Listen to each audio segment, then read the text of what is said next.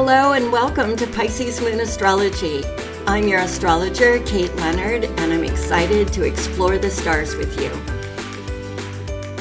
Hi everyone, welcome to the week of March 30th through April 5th. This week is all about the continuation of Venus and Mercury and their karmic love story. And while I wish I could say it was all just going to be smooth sailing this week, it's not. It's going to be big, and it's going to be important, and it's going to be frustrating. So, what's new, right? But we're almost through it. So hang with me here. Also, please forgive the voice. I know this is tedious, and this is truly the best I can do right now. This thing is just not clearing up all the way, and I have this really yucky voice. So I am sorry, but let's get into the astrology. The quick dates: on April 2nd, we've got retrograding Venus joining the North Node of Destiny in Pisces. Then on April 5th, we have retrograding Mercury joining that same North Node of Destiny. So this is kind of another chapter in a love story that we've been reading for a while. And yeah, we're not at those final pages yet, but we're getting there, and we're getting there pretty quickly at this point. But before we get into the main events, let me give you some other dates that are going to be important this week, just so you can kind of look at your own chart and figure out what's going on. I already talked about Neptune moving into Aries, and so that, of course, is going on this week. I sort of talked about it a little bit in advance. You can go back and look, I believe, at last week's episode to hear about that. And there will be more on that to come because that's a long transit. Then on April 4th, we've got Mars and Saturn. So that's the greater malefic and the lesser malefic sextiling Uranus, the planet of unexpected events and rebellious actions. So even though a sextile is a positive aspect, we're still bringing in the two most difficult planets, or not in my opinion, because you know I don't like Neptune, but according to ancient astrology, the two malefics.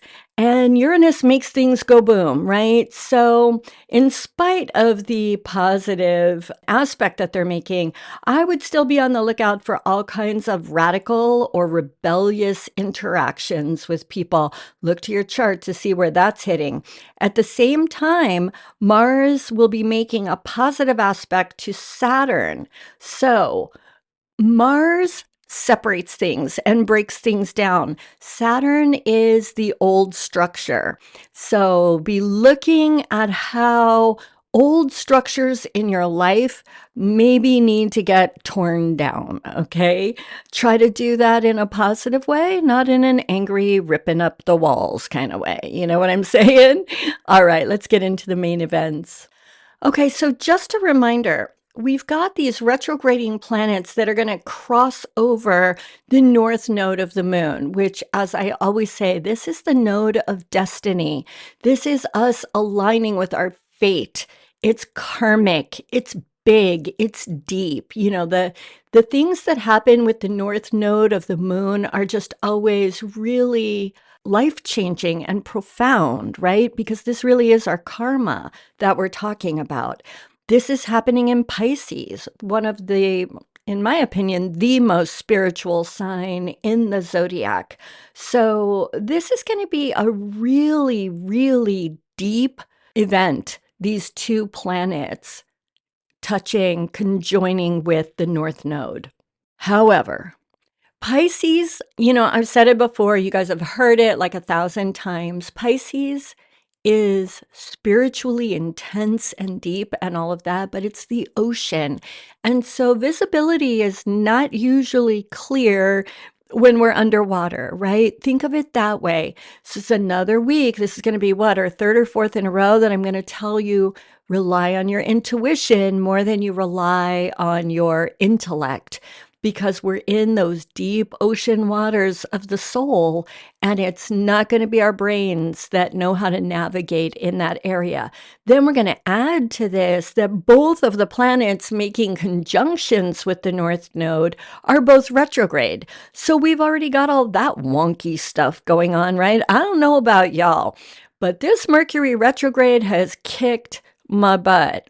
And then the Venus retrograde, that's a whole different area of life where there's maybe not confusion in the same sense, but sort of this sense of needing to rethink it, redo it, refeel into it. So this is another week. Rely on your intuition. Now, I know that a lot of us are going to be frustrated this week because it's not clear and we are, I don't know, I'm speaking for you, so let me not do that. I know I am really tired of the lack of clarity, right? I work in the world of woo woo, okay? So relying on my intuition is not difficult. It's not something that I object to, but all around me, there's still this swirling, And I, for one, am super duper ready to be able to see the path a little bit more clearly. I'll bet you I could actually talk for most of you guys out there, right? So, but just to give you a little hope about when this is all literally turning around, Mercury stations direct on April 7th.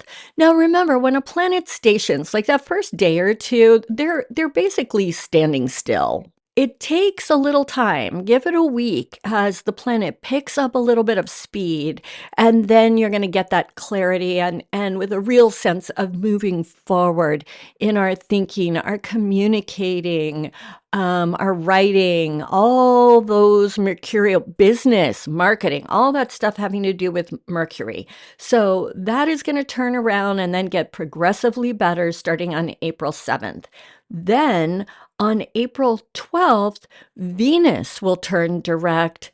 How many of you who are in passionate, though confusing and messy love affairs right now are going to be really happy when Venus turns around? And again, it's the same thing. She'll get better, in a few days, a week, as she picks up steam and gets some forward momentum.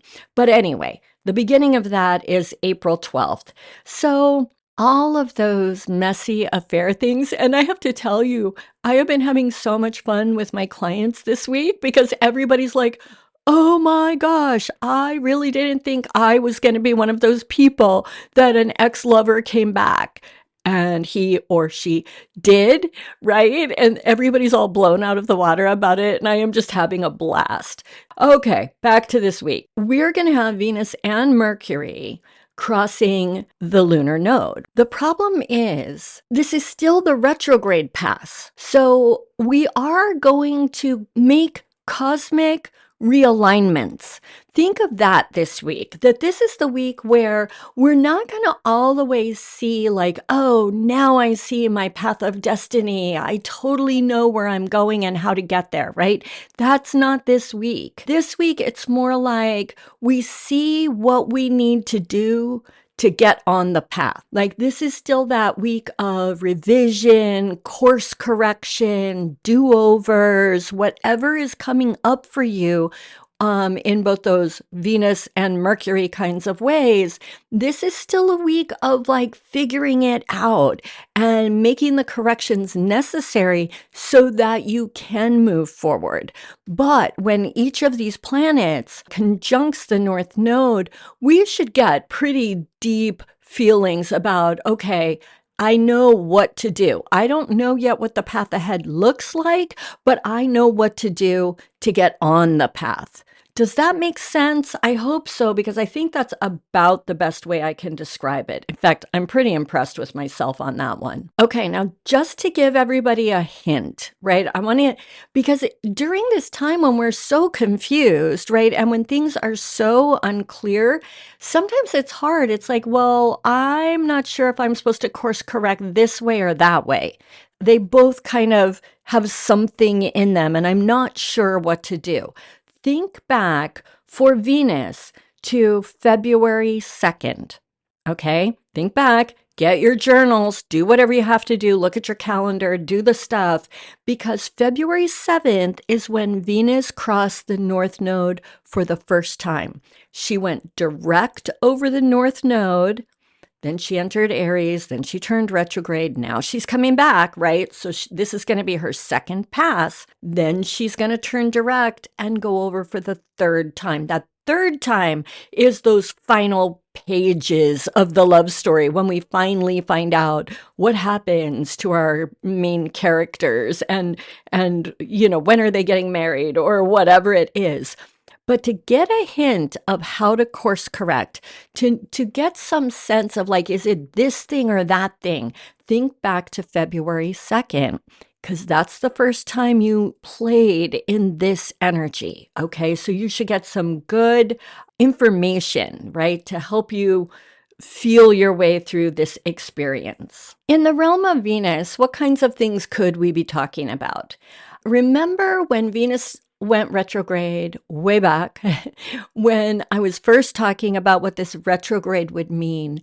One of the things I stressed most, and I stand by this as the key lesson or takeaway from a Venus retrograde, it's about re-examining our values and what we value.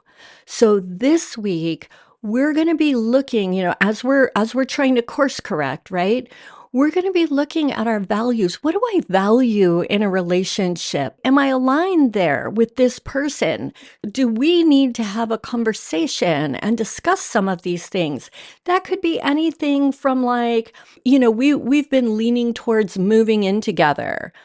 But now that I'm really sitting with this, I value waiting till we're married to actually share a house together. Or it could be the other way around. You thought you were waiting for marriage and you're like, that kind of is some old thing that I kind of have from my parents or whatever, my religion, who knows. And what I'd really like to do is just take it a little more slowly, be a little more open, and live together for a while. Maybe you thought you wanted monogamy, and now you're realizing that's kind of not who you are, right? And you need to have that conversation with this partner, this potential partner. Those are just random examples. The issues are yours, right? They're limitless numbers of things that could come up, but it's really about, these are karmic relationships. You want to make sure that you guys are on the same page, right? And that you know what you're doing as you head forward. And if there's more than one person involved, or even if there's only one, but you're not sure if it's Mr. or Ms., right? You want to know what your values are in a relationship and really analyze, does this person fit? Because if not, I promise you, there's somebody else coming. This person who's in your vision right now, if you're one of the ones who it's like only one, that ex-lover who came back or whatever, if that person is not fated for you, if that person is not like really aligned with what you want in a relationship, that is not your karmic love. Let it go. Face the truth. And I know it's scary. But this is all about fate. It will turn out the way it's supposed to. And if it's not that person, the next person's waiting to walk in the door. I'm really sure of it. Now, not all of us are doing the relationship thing, all right? So I just want to make a quick thing here as well. Not all of us are meeting old lovers and dating and marrying and doing all the stuff, right? I, for one, I'm not doing any of that stuff, right? But I am working on my book, or trying to. Other people, there are writers. Venus rules art and creative stuff. People writing music, forming bands, painting paintings, acting on stage, writing screenplays. All of those things are Venus, but that's not all. All relationships are Venus. Venus rules women. She rules sisters. So the relationships that you're supposed to be analyzing could be those relationships. Venus rules money and what we value. So it could have something to do with really considering how the way you make money aligns with who you are in your soul, Pisces, right? So it's not only love and lovers and all of that. That's sort of the classic Venus. But many of us are going through those same themes, but we're doing it in other areas. I want to say to you, artists out there, and that's whether you're a writer, an actor, whatever it is, you creatives, right? This is a time to hit it out of the park. This is a time that if you can go through this process and get on that path of destiny, this is when you begin to break out of any limitation you've had creatively, and you become, you create your masterpiece, or at least the masterpiece for now, right? But it's big. It's big for creative people. Venus loves creative people. All right. Now, on April 5th, we've also got Mercury meeting up with the North Node. And so this is a time when it's more intellectual, except Mercury's retrograde, right? So again, we're doing that revising, redoing, rethinking, renegotiating, all of that stuff, all the rewords. But this is equally fated. So if you're signing contracts or considering signing a contract, if you're changing jobs, Mercury has a lot to do. The ancients used to say Mercury rules what happens in the marketplace. So that's what we call business, right? So things about work, communication, all forms of communication, writing. Now, you writers out there, you kind of fall in both places. Mercury rules writing and Venus rules art. You decide which one is your god or goddess, right? You really fall under both. But Mercury and Venus crossing the North Node so closely together, just within a couple of days of each other, I really think that whatever it is we're rethinking and whatever this mercurial piece is about, I think it's going to be connected. I think these two are not like night and day unrelated. Like, I'm considering whether I'm going to marry person X, and I'm considering whether I want to open a lemonade stand for my career. I don't think they're going to be unrelated. If work is involved, it might be how does my career fit with my relationship? Do you see what I'm saying? So I think these two happening so closely together are going to be connected. If you want to get a hint on what this Mercury stuff is all about, think back to March 1st. That was Mercury's first pass across the North Node. Okay, so whatever was going on March 1st or right around then, that's going to give you some hints into what you're dealing with this pass. Okay, then, like I said, when both of the planets turn direct and cross back over for the final time in this cycle, cross back over the North Node, that's when our karma, our fate, our destiny is revealed. We're ready. We get it. We're aligned and we move forward. So we're almost there. We're almost there. Again, I know how frustrating this is. Trust me, I do. But it's really important work to make big, deep, life-changing kinds of progress, or, how to grapple with these issues so that we can really make those deep, deep, deep changes. Okay. So I hope all of that makes sense. I really do. That was a lot. And as always, you're going to look to your house. Where is Pisces in your chart? That also is going to give you a lot of information about what area of life this is kind of hitting you in, right? So let's say Venus is relationships, but is she a work relationship, a love relationship, a family relationship? Third house is sisters, and she rules sisters, or it's siblings, right? 11th house is friends. First house is relationship with yourself. So it is very possible that you will have the kind of general signification, like maybe you are dealing with an ex-lover who's returned. But if Pisces is in your 11th house, you may also be going through something very similar with an old friend. So it's not always either or, but that house placement is usually significant. All right. Okay. I've gone on a really long time. Thank you all for listening. I am still optimistic that perhaps next week my voice will be better. And please go over to Substack. It is completely free. There's additional information over there about some herbs that go with the week and some spiritual practices and things like that. And it's also just a really, really easy place to talk to me. Okay, so I would love it if you would go over there. I would be especially grateful if you would share the podcast. I would love to see it grow. I would love to see it get to more people, and I'd be really grateful. All right. But either way, I'm glad you're here, and I always have fun talking to you. And until next week, go out and seize the energies of the stars. This is my wish for you always. And until then, bye.